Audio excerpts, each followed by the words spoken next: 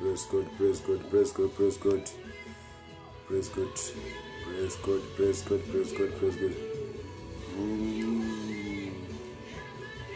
Glory to God. Hosanna, Jehovah. Glory to God. Mari wakanaka. Praise God, praise God, praise God, praise God. Glory to God. Mari wakanaka, praise God, praise God. Glory, glory. Hosanna. Glory to God, glory to God.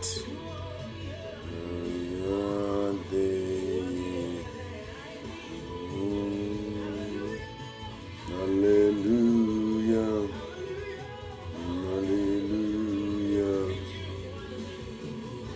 Glory, glory, glory, glory. Tinokufarira ine zita raJesu Kristu. Mwari ngakukomborerei, Mwari ngakuitire zvakanaka. Praise God. Tinotenda kuti taitirwa zvakanaka. Happy Sunday, happy Sunday. Happy Sunday, happy Sunday, happy Sunday. Glory to God, glory to God. Mari wakanaka, praise God. Tinoda kutenda Mwari. Ati pamwe mukana kuti tisangane. Ndinotenda our life will never be same again. Tati Mwari vatiite zvakanaka. Manheru anhasi. Tati Mwari vatiite zvakanaka. Glory to God. Let us share with our friends.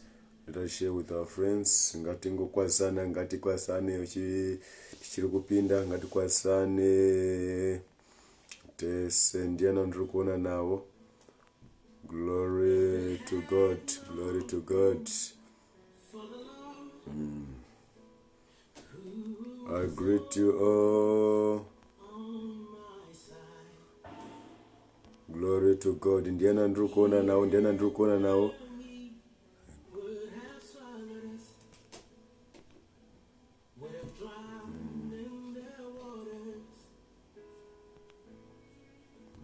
Glory to God, glory to God.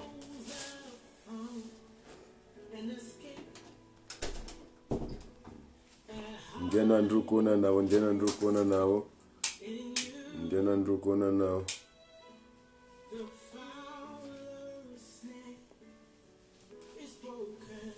Ndiani vandiri kuona navo, ndiana ndiri kuona navo. Glory to God. Ndiana ndiri kuona navo, ngatikwazisane. Ndiana ndiri kuona navo, ndiana ndiri kuona navo, ngatibudikire tione mucomment section. Ndiani vandiri kuona navo mucomment section, ngatibudikire. Ngatibudikire, ngatibudikire, ngatibudikire.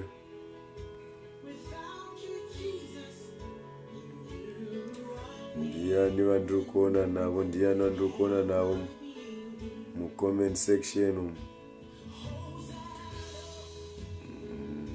Ndiana ndiri kuona navo. Glory to God. Tati Mwari vatiite zvakanaka. Muzuva ranhasi, who I am watching with, who I am watching with. Glory to God. Tinotenda kuti taswera zvakanaka kwese kwatanga tiri. Our pastor Lord, glory to God. Mwari vakanaka. Let us share our broadcast. Let us share our broadcast. Watching with my wife also. Glory to God. Ndiani vandiri kuona navo. Glory, glory.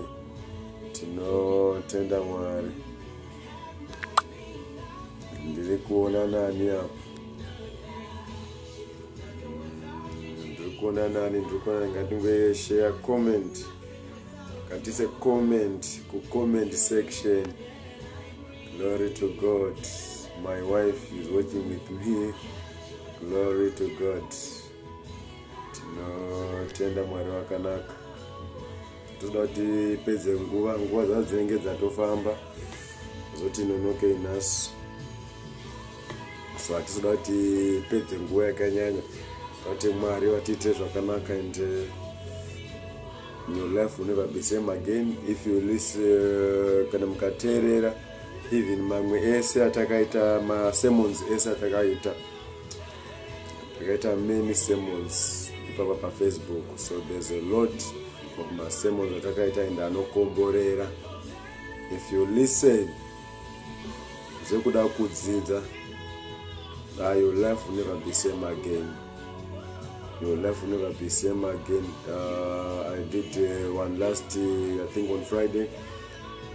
Rekubatana. There is a power in unity. Pane simba mukubatana. So ndakaita, I did many sermons. So I hope this one also is going to bless you. Is going to change your life. Is going to transform your life. You are going to be transformed. Ndinotenda Mwari wakanaka. So hatizoti pedze nguva. Kana varipo vachangopinda, tinongokumbira just share with your friends so that vanokwanisa kuropafadzwawo. Shoko raMwari ndozvarinotaura kuti dzidzisana neavo vakatendeka vanokwanisa even kuzodzidzisa vamwewo. So you are going to be a blessing to someone if you share maybe a link kuti anzwewo. Ungafungira kuti anoda kunzwa this word. You are going to be a blessing to her or him. Nekubudza nekushare. Glory to God. So tati Mwari watiite zvakanaka muzuva ranhasi. Kana varipo vane mabhaibheri edu, ngatitotora mabhaibheri edu right now. Titange mabhaibheri edu, titange. Ngatitore mabhaibheri edu right now. Titange. Mwari ngavatiite zvakanaka. Glory to God. And I pray that may God open your understanding. May God transform you in the name of Jesus. May God heal you. May God supply all your needs in Jesus Christ. And after listening this, I pray that your life will never be same again. In Jesus Christ. Yes, so hatizoti tore nguva yakanyanya, tati tifambe chaiko nasi, tati tifambe. Glory to God. So ngati vhure Psalms 1 verse 1. Psalms, I think Psalms 1 verse 1 to 3. Psalms 1. Yeah, Psalms 1. Glory to God. May God help us. Glory to God. Mwari wakanaka. Psalms 1 verse 1 to 3. So I'm going to read. Blessed is the man, and it's volume. Glory to God. Pankti mzaya zvirufamba here. Glory to God. Tinotenda Mwari. All right. So Psalms 1 verse 1 to 3 up to 3. You know, blessed is the man that walketh not in the counsels of wicked, nor standeth in the way of sinners, nor sitteth in the seat of scoffers, but his delight in the law of Jehovah, and on his law doeth he meditate day and night. And he shall be like a tree planted by the stream water, that bringeth forth in its fruit in season. Whole leaf also doeth not wither, and whosoever doeth shall prosper. Glory to God. Yave asendwa neshona pano. Tinotenda Mwari. neshona ngativerenge neshona akakomborwa munhu asingafambi panorangana vakaipa, asingamiri panzira yevatadzi, asingagari panogara vadadi, asi anofarira murayiro waJehovha,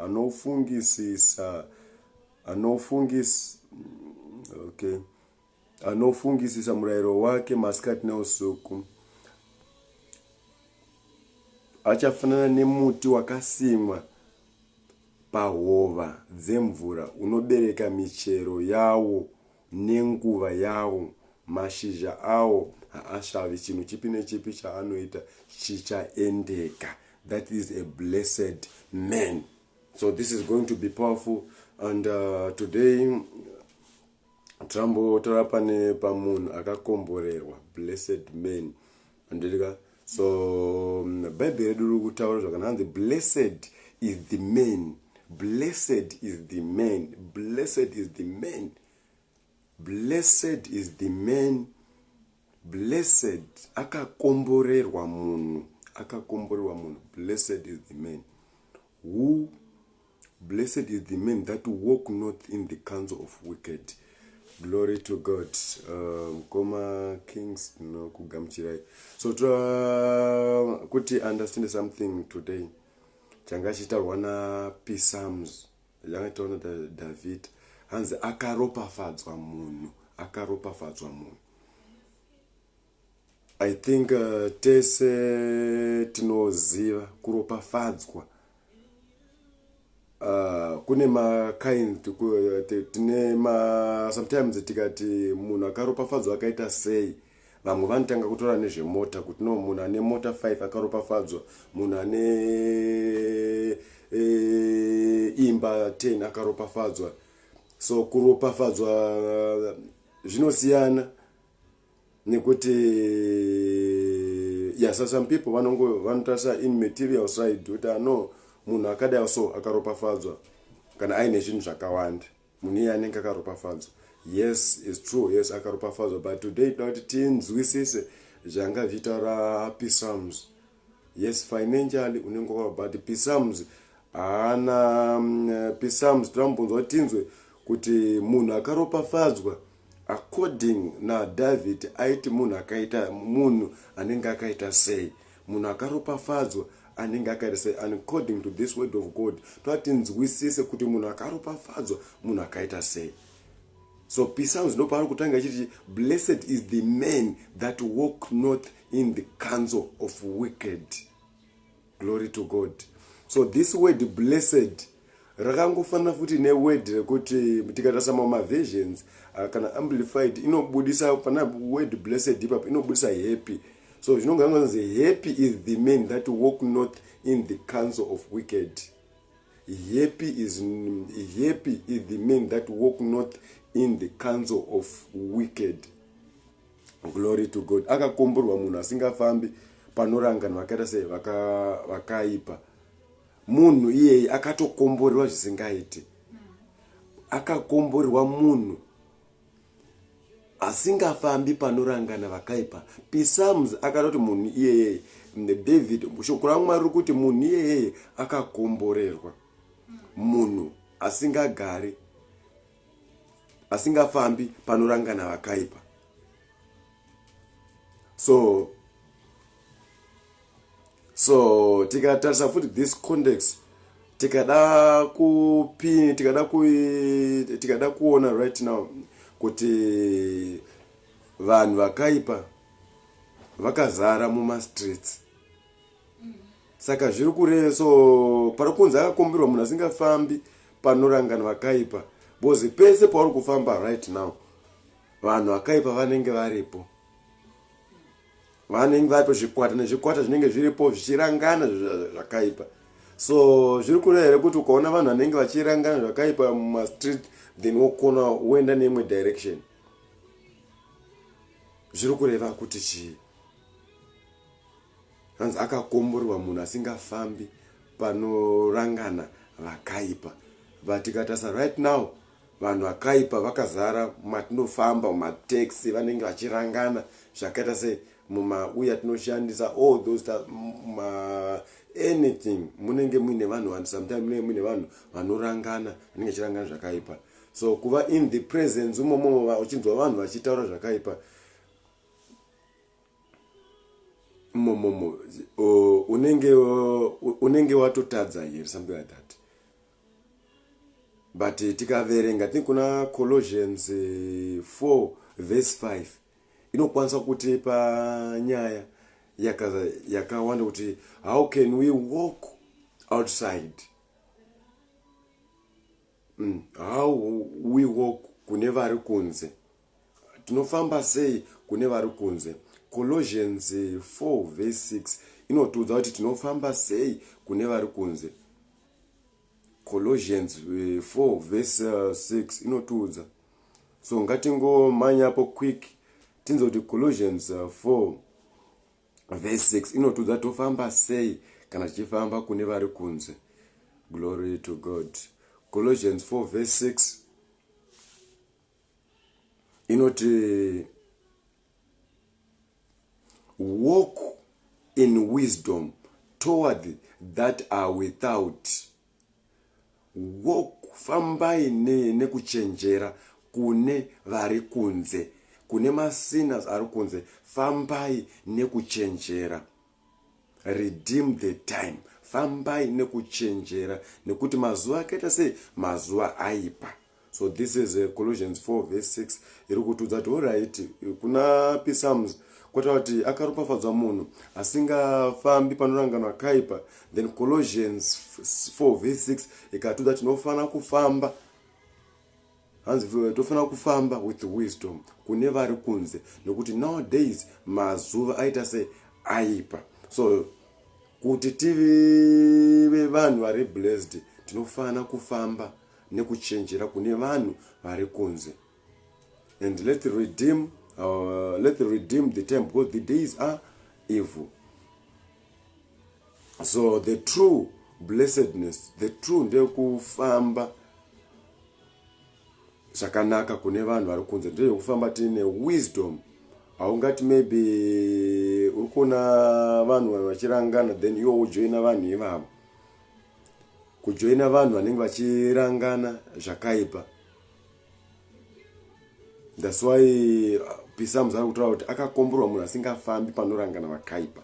Because in this generation I think ndicho chinhu chatiri kunyanya, ndicho chinhu chatiri tikangunzwa pari kurangana maybe vanhu vakai pari kurangana something like pari kurangana vakaipa is the council inenge ichipiwa mazano anhu anenge vachipa mazano acho anenge asiri ungodly, mazano anenge akaipa, mazano anenge ari ekuparadza ndo zvangozara mumastate, mazano anenge like gossip. Vanhu kuti unoona vanhu vachiita zvikwata zvokureva vamwe vanhu, those people ndo vari kutaurwa kuti vanenge vachirangana zvakaipa, vanenge makanzos anobva kune makanzos anobva kune vakaipa. Glory to God. Sinanzi yavhesendwa panapa, glory to God. Mwari ngatiite zvakanaka. So toti Mwari vatite zvakanaka kuti tikwanise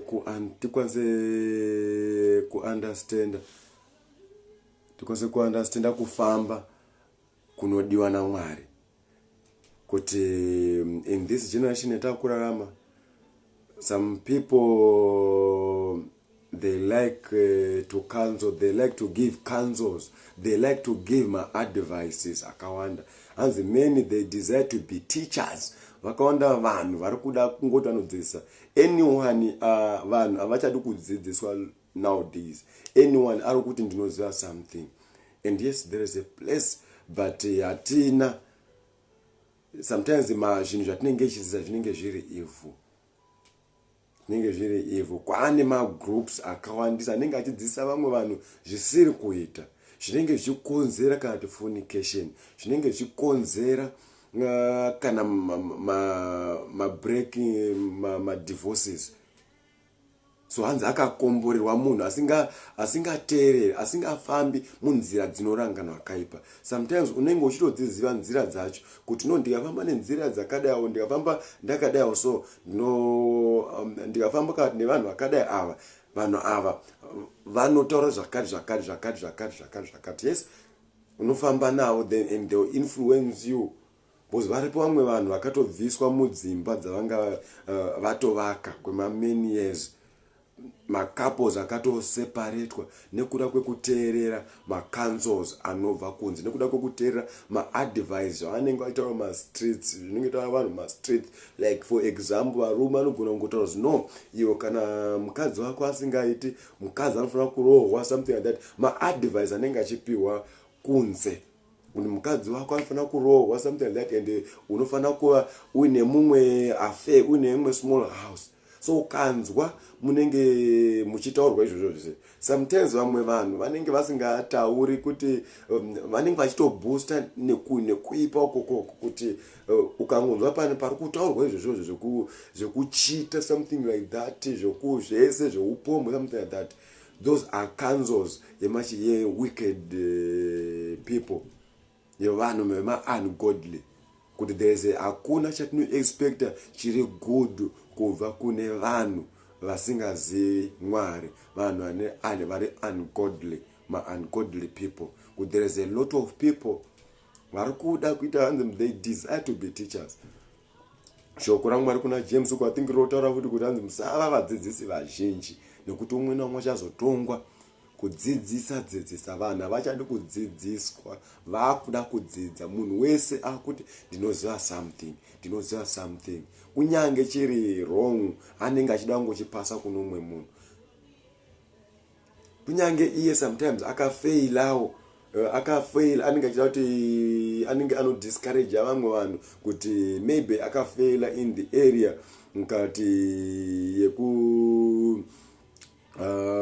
kana yekuenda kuchechi chaiko aripo mumwe munhu anogona akatofaila akatoona maybe akatoenda kuchechi maybe hazvina kumita hazvizo zvimwe zvaaexpecta kuti asangana nazvo and right now ukanzwa munhu iye achifamba anenge achitaura kuti maybe kuchechi kwakashata anofamba achidiscourage anofamba maybe there's something wachaakaita even in the marriage. There's a problems akasangana in the marriage akasiya marriage yake and right now chinhu chaanenge achitaura ndechekuti varume vakashata but zvinhu zvakangoitika kwaari chete hazvina kuitika kune vanhu vazhinji. Maproblems aitika here kune vanhu anoitika, maproblems haabudisi vanhu here mumarriage anobuditsa. There's a lot of things zvinoda vanhu vabude but something zvinhu zvinoitika kwatiri some things ndezvekuti zvisazoitika kune imwe generation. So kana tiri vanhu vanenge vachida kuti vamwe vanhu vaitwe zvakanaka hatichafambi tichidiscourage vanhu varimo kuti vabude, tinofamba tichidzidzisa vanhu kuti no inini ndanga ndirimo pakangoitika mamistake akangodai also ndo zvinhu zvakaita tiidise tisawirana but ndinotenda kuti zvinhu izvozvozvo zvinokwanisa kugadziriswa zvakadai. Hakuna chinhu chisina solution, hakuna problem isina solution. Chaita kuti vanhu vaite mari right now inyaya yekuti vari kutsvaga masolution, vari kutsvaga zvinodiwa nevanhu, vari kuita mari nemaproblems ane vanhu, vanotsvaga solution. So chinhu chese chaunenge usingazivi unofanira kutotsvaga solution yechinhu ichocho. So ndo zvinhu zviri kuitisa mari vanhu. So what I'm saying ndezvekuti hakuna chinhu chisina solution. Any problem yakapinda inenge yanga itori nesolution yayo. But mukutaura kana mukupa vanhu ma-advices edu ngatitry kuti tisavhisa vanhu in their position something like that, but let's try by all means kuti tivape godly. What we expect is to give kupa vanhu godly advice, not ungodly advice. Turi ku encourage vanhu kuti enda kune munhu anokupa maadvice anobva mushoko raMwari. Enda kune munhu anokupa maadvice, because vanhu vazhinji maadvice are ma-experiences. I'm not saying that, but your experience kana isiri based on the word of God haingazi perfect kuti titipe kumubati. Zvinhu zvese zvinofanira kuitwa in the way, in the mtu akupa munhu advice neword raMwari. Aripo umwe murume aizi ndakanga zita rake kuna David, atonzi anzi uyu aita achipa counsel. Natio or something like that. I don't andikwazi kuri pronounce that name. Umwe munhu aipa counsel kuna David. Anzi munhu uyu aita achitaura soka anzi wainza kunzwa sokuti anzi aita sokuti ndiMwari ari kutaura, ari kupa advice. That man aipa counsel kuna something like that. Anzi aita achitaura so anzi sokuti ari kupa, anzi sokuti ndiMwari ari kutaura newe. Ndo vanhu vatiri kuda vakaita semukomana yeye, yekuti achipa advice aita sokuti ndiMwari pachake, yekuti unopiwa advice yekuti iwewe unosara uri free. But some people they give you advices and you unosara wakabatikana, unosara usina peace. That is not the advice Mwari vanoda kuti ugamchire. Mwari advice yekuti kana uchisara, kana wapiwa advice sara nerugare, kana wapiwa advice sara nerugare, kwete kusara neconfusion, kusara uchizvisungire kana kusara uchimwa mushonga. Because vamwe vanhu vari very wicked. So that's why uyakanyatsa kupa kuno blessed is a man asingafambi panorangana vakaipa, because anoziva the result yekuti kana uri in the team yekuti vanhu inenge ine vanhu vakaipa vachirangana vachipana maadvice, kana uri in that kana uri nemafriends akadaro yekuti pamafriends ako ese ari ungodly, hapana anokwanisa, hapana munhu wese anenge achingotora zviri evil, anenge achingotora zviri negative, anenge achingotora zvinyadzi everyday. Hapana kana chiwani chaunodzidza, hapana, unenge uchingunzwa zvinhu, so hapana hazvikubuild, hapana zvazvinoita. But today tanzwa shoko iri, toti tibude in those company, ngatibude in those company, ngatibude. Tisingakwanisi kuvachinja ngatibude, because zvino affecta zvinhu zvakawanda. Kuti ndiani munhu right now wauri kuteverera, munhu wauri kuteverera ane power rekukugadzira something mauri. Jesus said, follow me and I will make you the disciple, I will make you the fishers of men. Follow me and I will make you the fishers of men. Follow me. Kuti nditeverei. So tora my disciples ese a Jesus Christ. I follow a Jesus Christ. Vese havana kuramba vakadaro. Jesus Christ akava nesimba rokuvachinja kuita kuti vave vamwe vanhu. So munhu wese wauri kutevera right now ane simba rekukuita uve umwe munhu kana akafanana nani naye. Because Jesus Christ achifamba nevadzidzi vake aida kuti vadzidzi vake vafanane naye. I think kuna the prayer kuna John 17 verse 21 anota no baba ndinonyengetera vanhu ava kuti vave vamwe nekuti isu tiri vamwe. Kana vava vamwe isu tozova mavari. Ndo prayer yacha kuti vanhu ngave vamwe nekuti isu tiri vamwe. Kuti Jesu Kristu anotoda kuti vanhu anoda kuti isusu tifanane nani naye. So pese disciples by follow Jesus by pakati follow me. Aiwodza kuti no, tarisai zvandiri kuita izvi ndo zvandinoda kuti muitewo.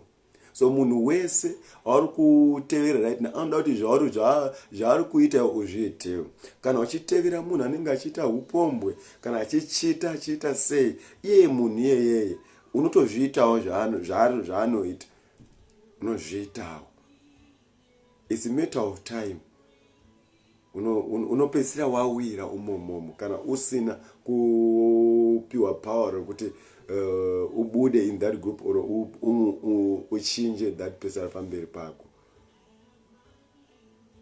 So Jesus said, follow me. Tarisai zvandiri kuita. Tarisai kuti onai maitiro andiri kuzviita. Like kuna John 7, kuna Matthew 17, Jesu paanonzi anodzika, anoenda kugomo, then paanodzika, madisciples anga ari kuzasuko, akatadza kubudisa akatadza kukasta a demon, then atadza kukasta a demon, then Jesus achisvika, murume anga ine mwana anorwara anotora no ndapa madisciples enyu atadza kurapa munhu uyu. Jesus said no, ndipei kuno. But paanoti ndipei kuno anobva akomanda ka1 achibuda. Then Jesus anotaura kuti no, why musiri kuita se, why musiri kutenda imimi, why musiri kutenda. Then madisciples anovhunza reason kuti no, ko chii chaita tisabudisa munhu, anoti no, kutenda kushoma, kutenda kwenyu kuchiri kushoma. Continue follow me, rambai muchiita se, anotona no, this kind inotobva chiti nekunyengetera kana nekutsanya. Another no, it's because of unbelief. Mukangobvisa unbelief yenyu mukava knowledge yakawanda, you can do all those things. Jesus Christ ndiye anotaura no, ava vanotenda mandira vachiita zvinhu zvihombe kudarika izvini zvandiri kutoita, kudarika zvaangachiita Jesus Christ. So munhu waunotevera ane simba. Ukatotarisa right now vanhu wavafamba nawo maybe kana kwe 2 years, right now ukatarisa vanhu wafamba nawo kwe 2 years, there is a something chavakaisa mukati meuri. Kana wanga uri fully committed to them, there is a something chawanga usina, but nekuti wajoina vanhu ivavamo, there is something chavakaisa mukati mauri. There is a somewhere kwamunenge muchiconnect nevanhu ivavamo. Uyo anonzani Apostle Paul ndo vanga vari very careful nevanhu kuti follow. Anoudza vanhu kuti no, follow me as I follow Christ.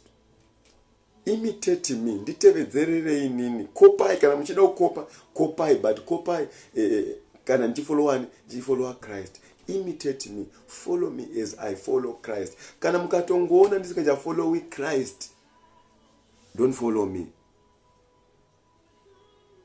Vangani vedu vari very honest to say these words, kuti follow me as I follow Christ. Kuti ndite munhu wese anongoda follow me.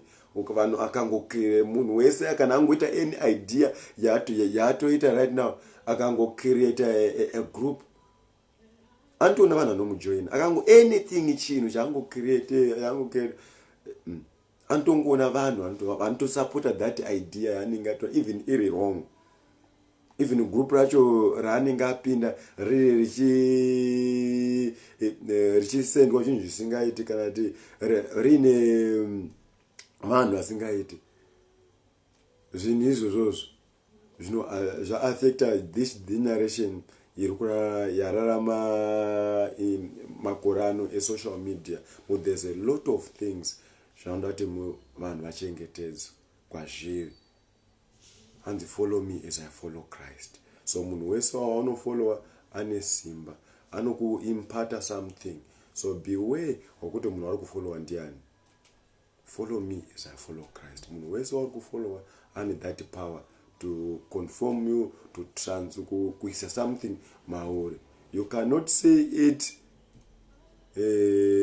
ipapo, but there is something chimwe chinhu chinenge chitochinja mukati mauri. So blessed is the man asingafambi panoranganwa akaipa. Because ukafamba panoranganwa akaipa, shoko raMwari rinozviziva kuti you take something zviri ungodly. So beware nevanhu vamuri kuita listen to. Beware nevanhu vari close name. Beware. And I'm not separating you, but beware. Don't take whatever usina kumbozvisa designs, usina kumbodesign now. Because zvatinoti chokwadi chimwe hachizi chokwadi. Because munhu anotono ndokutora chokwadi, ndokutora chokwadi kunyange atora nhema. Hatichazivi musiyano uripo pakati pechokwadi nenhema right now. And then there is a thin line between a true and a lie. pakuda vanhu vanokwanisa kudesigner, and then the word of God ndo rinokwanisa kudesigner izvozvozvo. Is a design of thoughts. The word of God, kuti awati kana usikurama in the word of God, haubudi mumadeceptions. Vanhu vanenge vachingokudeceive achiita sei, uchitaurwa lie, uchibeliever, and upenyu hwako hunova hwefake. Upenyu hunova hwefake because unenge uchilistena to zvinhu zvisiri zvechokwadi. Upenyu hwako hunova hwekunyepedzera nekuti zvinhu zvaunenge uchiteerera zvinenge zviri zvekunyeba, zvinenge zvisiri true. Zvinenge zvisiri true. Zvinhu zvaunoona zvese zvino-affect. Zvinhu zvaunogara uchiona nguva nenguva chino-affect. The way you think chino-affect. So let us beware nezvinhu zvatinoona. Let us beware nevanhu vanenge vakatisurround. Mwari ngavatiitire zvakanaka. So this is a very powerful statement. Rekuti akakomborwa munhu asingagari, asingafambi panorangano akaipa. This is very powerful. It's a blessed man. It's a happy person. It's a happy. Munhu ari happy ndiye munhu asingafambi panotaura pasingafambi panorangano akaipa. Munhu iye hanzi ari very happy. Yeah, you be happy. Because a lot of frustrations, ukaona vanhu vakagumbuka, there's a lot of vanenge vataurirwa nevanhu vanenge vasina chokwadi mukati mavo, nevanhu ungodly people, nevanhu vanenge vapa evil ari kutaurwa apa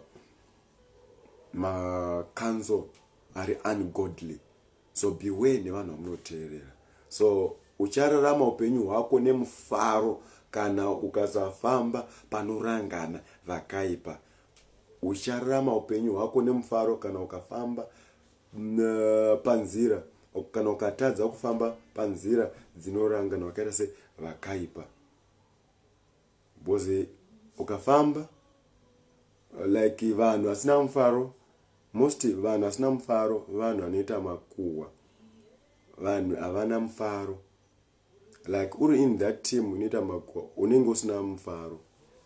Like utori mugroup kana mutori mese vanhu vanoita, kana muchiza timu rangu iri rine makuhwa, kana uri umomo mutimu unoita makuhwa, sometimes unototya kutobuda ipapapo nekuti unenge uchikati papa ndikatobuda panapa vanhu vanosara vachitaura inini. So unozokutoona kuti maybe kuti utobuda mukati unofanira kutonyeva kuti vakomana regai ndimboenda pasera apo, and ndokutobuda ukandokutoenda because ukataura kuti ukanyasa kumeka sure kuti ndakuenda, vanosara vachikudhiga. So zvinhu zvako unenge usiri free. Glory to God. Mwari ngavatiitire zvakanaka. Let us continue tinzoti iri kuti chi again tichipedzisa. Nor standeth in the way of sinner.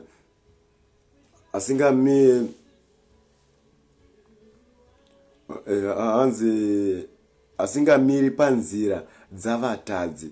So hanzi akakomborwa munhu again asingamiri panzira yavatadzi, asingagari panogara vadadi. So munhu iye anenge akakomborerwa futi. So kukomborerwa kwatiri kutaurako ndatimbotora pa blessed man. Hanzi akatokomborwa yeye munhu asingagari panogara asingamiri panzira yavatadzi, nzira yevatadzi, asingaizvisi mune vanhu vanotadza, asingazvisi into action, asingaiti zvinhu zvinoita vatadzi. Glory to God. So some people they said no, Jesu aigara nevanhu, aifamba nevatadzi, aitogara pasi. Some people they take that kuti like Jesus aifamba nevanhu, aidya kana nevanhu vatadzi, so haufani kusaudza vanhu, something like that. But ngatione upenyu hwaJesu kuti Jesu vanhu vose vaifamba navo, kunyange akaenda kundodya nemutadzi, mutadzi aimuchinja. hakuna munhu aiuya kuna Jesu Kristu orega kushanduka. Anotorega zvake kushanduka, but Jesus Christ anenge amutaurira chokwadi. Isusu vamwe vazhinji hatikwanisi kutaurira vanhu chokwadi. Tenge tichitonyaranya kuti maybe ndikamutaurira chokwadi anozotsangwa, something like that. But Jesus Christ aitoaccommodate masinners. So this message haisi kudivide vanhu. But kana usingakwanisi kuva influencer kuti vaite vatevedzerere nzira yakanaka, it's better kubuda in the wrong company. It's better to kubuda mugroup remachi masinners. Masinners vanhu vasina kureceive Jesus Christ ndo anonzi masina. Akuzi kutuka kuti sina, akuzi kutuka, zvinongoreva kuti haana kureceive Jesus Christ. Yes, munhu akareceive Jesus Christ anogona kuacta like a sinner, but anenge ari righteous. So a sinner munhu asina kureceive Jesus Christ. So hanzi mtisamira unokwanisa kuenda kubha, umwe anokwanisa kuenda kubha anoina ndimi doro dangondoona bhora ndiriko and zvakangodaro. And wotoona munhu otoramba achienderera toramba. So hanzi ngatisamira panzira dzavatadzi, panosangana vatadzi, munzvimbo dzinosangana vatadzi tinodziziva. Ngatisamira umomo, ngatisamira munzvimbo idzodzo. Jesu anga aine simba rekushandura vanhu. Kana tine vanhu ngatikumbire Mwari vatipe simba, tikwanise kuva influencer, tikwanise kuva leader to the repentance. Vanhu vatendeuka. I think izvozvo ndiyo kuda kwani, ndo kuda kwaMwari kuti munhu wese aite se munhu wese atendeuke.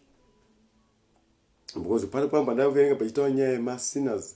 I think kuna Isaiah 57 yataura kuti hanzi nzira dzevakaipa hanzi dzakafanana hanzi vakaipa vakafanana negungwa rinonga chingomuvha and inozopedza hanzi kuna Isaiah 57 pa 21 but hanzi vakaipa havana rugare.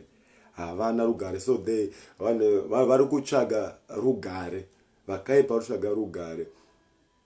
Chinhu chese any addiction, something like that, it's a result yekuti pari pamba nenge pari empty in your life, and yoda kuti unoda pafila pa emptiness iyoyo. And sometimes vamwe vanhu vanopinda kuita addiction nemadrugs, maybe vamwe vanopinda addiction nealcohol. Zvinhu izvozvo, there's a gap. Mwana kudza kuti no, kana ndisina kumwa doro handifari, handinyatsi kusununguka, something like that. Saka ndikamwa doro ndoti ndifara. Akatotaurira mind kuti wamwa doro unofanira kufara. So it's the mind only yanenge achicontrola. It's not about it's a mind yako ndiyo yaunenge uchingokontrola, ndiyo yaunenge uchiudza zvekuita kuti wamwa doro unofanira kufara. Vamwe vanhu vaitoti no, kana ndikabhema mbanje something like that ndo ndishande. There is a power izvozvo zvaunenge uchitotaura. Hazvirevi kuti mbanje dzinokwanisa kupa simba, ndizvo zvaunenge wazviudza kuti izvi unokwanisa kuita kana ndadai also. And we end up in addiction, wakuenderera mberi pamadhaka, because any sin inokulead to another sin. Any sin inokulead to another one. Any sin inokulead to another sin. Glory to God. So toti Mwari vatite zvakanaka.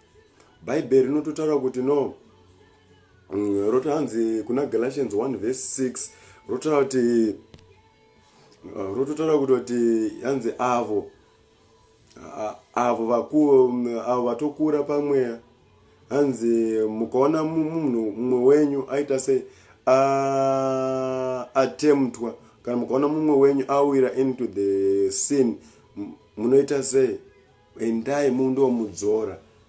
Asi kana mamudzora, ngwarirai kuti mopindwa muwiro in that same sin. Glory to God. So this message haizi kudivide, so ndikunyesa kufamba zvakanaka kuti nzwisise kuti bhaibheri rinoti chii kana tichiaproacha vanhu masinners, roti preach to them, ngavaite repent, ngavatendeuke. Nyasha dzaMwari dzakaoneka, dzakavigira vanhu kuponeswa. Let's preach to them, because Mwari havafariri even kufa kwomutadzi, havazvifariri. Glory to God. So hanzi akaropafadzwa munhu iyeye asingamiri panzira dzemasinners. Jesus Christ aifamba seat to seat, even paanondogara nazakeo. Zakeo, the tax tax collector, something like that. Anga ine mari dzisingaiti. Asanza anoti ndura kuona Jesu anokwira mumudhe nakwira muti Jesu anoona chido chakuti no, hande kumba kwako, dzika Zakeo tiende kumba kwako.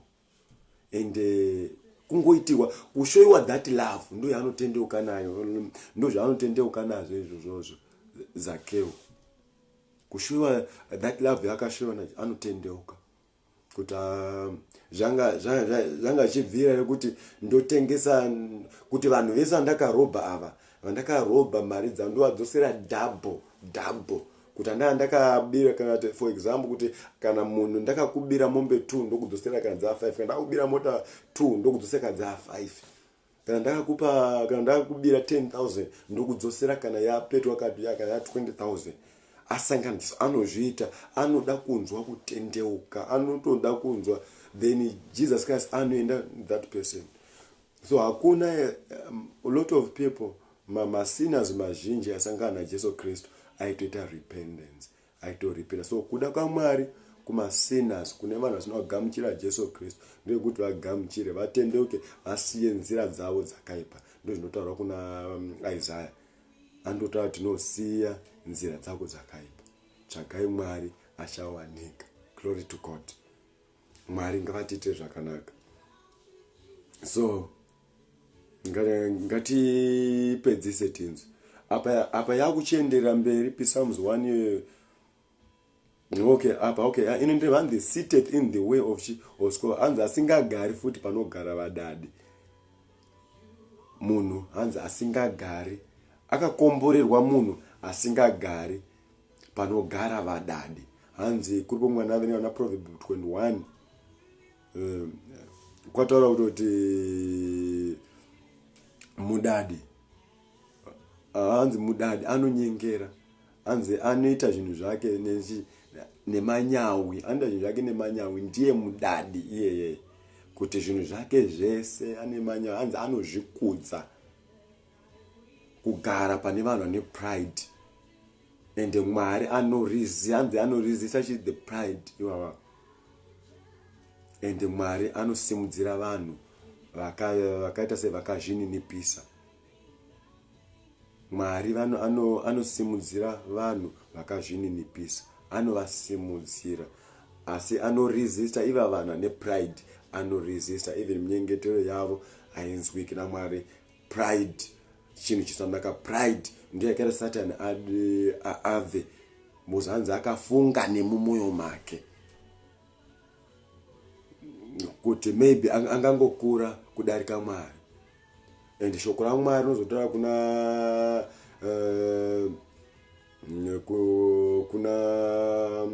Romans 12 kuna verse 13, hanzi kuna 3 Romans 12 verse 3 hanzi umwe naumwe ka ndasazvifunga kuti mukuru kudarika paanozvifunga napo. Usazvifunga kuti uri mukuru kudarika paanozvifunga napo. Ndiyo pride yekuzvifunga kuti uri mukuru kudarika paanozvifunga napo. Let people say that. Don't boast. Even kana uchiita, then don't boast. But let people say in you, and vanhu ngavataure zviri mamwe. And ngasatendera vanhu kuti vatisimudze, but ngatitendere kuti Mwari vatisimudze. So let's be humble always. And hanzi Mwari anosimudza vanhu ari very humble. So Mwari ngavatiite zvakanaka. So apa tabata parts 3 are very important. Ndakutopedza, are very important kuti blessed is a man, first one, conclude this part only, kuti Mwari kuti chi, blessed is the man who walketh not in the counsel of ungodly. Kuti akakomborerwa munhu asingafambi panorangana vakaita se vakaipa. Number 1, akatokomborwa that person. Number 2, akakomborwa futi munhu asingagari panzira dzevakaipa. Asingagari futi panzira dzechi, asingagari futi panorangana, asingagari futi panogara chi vadadi. 3. So ivava tikaona tikakwanisa izvozvo, Mwari vanotiti takaita se kuna Mwari tinenge takaropafadzwa zvisingaiti. Then another part iri very important yatisoda tisiye tichipedzisa ndiyo iyi yekuti hanzi anozoenderera mberi pa2 yachanota hanzi but he delight in the way. So tikangozva pese pari kuti but zvakureva kuti zvatambotaura kumusoro kuzvedu, it's important, but izvi zviri more important, zvine more punch than zvatataura chi pamusoro. So but he delight in, but his delight is in the law of Jehovah, and on law doth and meditate day and night. Ngati nzanzi asi anofarira murayiro waJehovha, anofungisisa murayiro wake masikati nousiku. So this is apa pari kutaurwa a blessed man. Kuti a blessed man right now ndiye munhu anofarira murayiro waJehovha. Munhu anofarira murayiro waJehovha anooneka sei? Nokufunga day and night, day and night. Ndiye munhu, ndiye another blessing yatiri kutaurwa nani naMwari. So ngatinzwisise right now kuti murayiro uyu waJehovha ndeupi. Ngatimbotsvaga tinzoti murayiro waJehovha ndeupi tichipedzisa. Murayiro waJehovha ungava murayiro wakaita sei? I think vamwe, glory to God, Mr. Desmond. So ngatinzwisise kuti murayiro waJehovha i10 commandments mitemo inegumire munhu it's important, but ngatinzwisise kuNew Testament kuti tinzoti murayiro waJehovha wakaita sei. So ngatiende kuna James 1 verse 25. James 1 verse 25 inoti chii manje? Verse 25.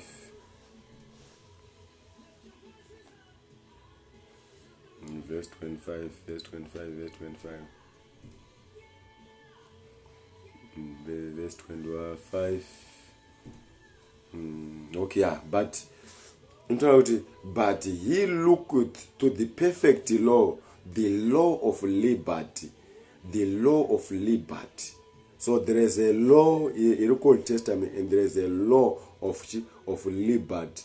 And so continuous being not a hearer that forgetteth, but a doer that worketh, this man shall be blessed in his doing. In his doing. Kutan, there is a perfect now law. I think it knows that law in the Old Testament, Jesus Christ, I come to fulfill the law in the Old Testament. And I come to fulfill. So this part, right now, there's a perfect law. There's a perfect law. The law of liberty. I think this is a grace. This is the law of grace. This is the law of grace. I think kuna Titus 2 verse 11 inotaura ni nyasha dzaMwari dzakaoneka, nyasha dzakaoneka dzakavigira vanhu kuponeswa, kuti dzakavigira vanhu vose kuponeswa, dzichivadzidzisa kunamata Mwari nenzira yekumuziva. This is the grace of God. The grace in the zvipi vamwe vanhu asatanisa kunzwisa the grace of God kuti ndeipi. The grace of God asatanisa kunzwisa the zvipi. Some people they said no grace chichi, but iyo verse yatoda no grace is a lesson to sin. many people havasati vaunderstanda musiyano uripo pakati pegrace and law. Munhu ukatora nyaya yegrace anenge atofunga zvekutotadza, anenge atofunga zvekutopinda into sin. Nyasha dzakauya, but hanzi nyasha dzakauya, hanzi nyasha dzamwari dzakaoneka. Nyasha dzamwari dzakavigira vanhu kuponeswa. Nyasha dzamwari dzinodzidzisa vanhu kunamata Mwari nenzira yekumuziva. So this is the grace right now. Grace zvakaitwa naJesus Christ. He died for you. Zvawanga usikakwanisi kuita ndo zvakaita Jesus Christ. Akatifira pamuchinjikwa. Akauya kundopeya that price of sin. Tinoziva kuti the sin inotaura kuna Genesis kuya chinanzi mubayiro wechivi, mubayiro wezvivi rufu. So akandopeya that death, akandobhadhara mubayiro werufu nerufu, mubayiro werufu nerufu. Akandobhadhara mubayiro werufu nerufu. Because hakuna munhu aizoona Mwari kudai asina kudaro. So Mwari akada nyika akaipa mwanakomana kuti andana chitenda maari anowana upenyu usingaperi. That is the grace kuti Mwari akapa. So isusu chedu chitiri kureceiva zvatakapiwa zvedu naMwari, tichifungisisa ndozviri kurwa, tichimeditata, tichiita think on, tichifungisisa pane zvese zvakaita zvakaita tichizvifunga. Uhuru hutano, Mwari hutano wakatipa. Zvinotaura hanzi by his stripes kuna first Peter chapter 2 verse 24. Zvinotaura kuti by hanzi nemavanga ake takaita takaporeswa. Inozvitaura kudaro. Nemavanga ake takaporeswa. Takatoporeswa. Kaso kurwara tinenge tisiri kuziva zvatakangopiwa zvedu. Kana tasvika pakuziva zvatakangopiwa, munhu wese anova mutano. Munhu wese kuti vese masina kana vaziva the price yavakabhadharirwa naMwari vanouya kuna Mwari. So there's a lot of things that tino experience a peace yakanyanyisa kana tafunga kana tafunga mabasa akaitwa naJesus Christ pacross, the price yakapaya. Unyeza kufungisisa kuti no, the love of God, what kind of this love yakaita, chifungisisa zvinhu zvakadaro day and night. Ndio the end inova iyo ndio inova the end yevanhu vasina kurama, ndio inova the end yemakuwa, ndio inova the end yeurwere, ndio inova the end yeurombe. Zvese tikafungisisa zvakaitwa naJesu Kristu. So the law of liberty, and they meditate on this, continue to hear the word of God. Akatorofafadzwa iye anofarira kunzwa zvaJehovha, anofarira kunzwa the grace, anofarira kunzwa the law of grace, anofarira kunzwa zvakaitwa naJesu, anofarira kuzvinzwa and atizozviaplya mukati muupenyu hwake. He paid the price. Hanzi makatengwa nemutongo unodhura. Rumbidzai Mwari nemuviri yenyu iyoyo. So muviri yedu iyi haizi kuti Satan awane mbiri. Satan anowana sei mbiri? Sometimes zvatinotaura anenge achito, kana uchitaura uchituka, Satan kwake zvirotofamba. Uchituka, uchiita sei, Satan in that area yake muchinyeya kambani munenge muchibatsira Satan kudestroy some people's life, muchiita sei, muchidegrade vanhu. That part ya Satan zvinenge zvichitoita kwake. But kwa Mwari, kana takutanga kuparidzira vamwe vanhu, kana takukwanisa kupa maadvice akanaka, akaropafadzwa anofunga murayiro waJehovha nguva nenguva. So unenge wakatoropafadzwa kana uchikwanisa kufunga murayiro waJehovha nguva nenguva, that law of liberty. So there is chimwe nachimwe chine results acho. So there is something chiri panapa. Ngatidzoke ndichipedza tinzwe kuti zvese izvi zvinozofamba sei, zvinofamba sei.